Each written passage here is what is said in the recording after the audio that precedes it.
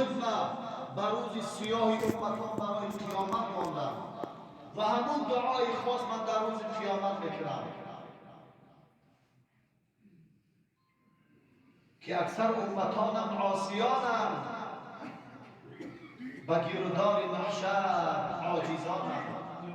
بگوید جبرائیل، حضرت جبرائیل میگه ای دوستی وهاب، هنوز از امتانت جمله در خواب. ای دوستی وهاب، ای محمد صلی الله علیه وسلم، هنوز امتان در خواب هستند. بزیر عرش رو،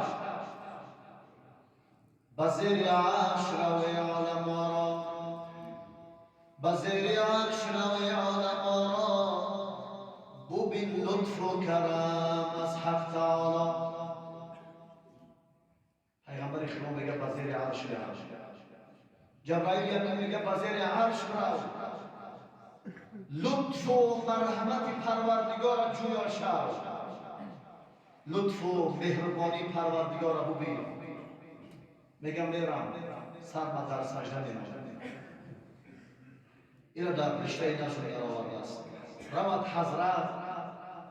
روت حضرت بزیر عرش امروز، برای امتان در ناله و سوز. به سجده می‌نهد سر را به درگاه، به درد امتان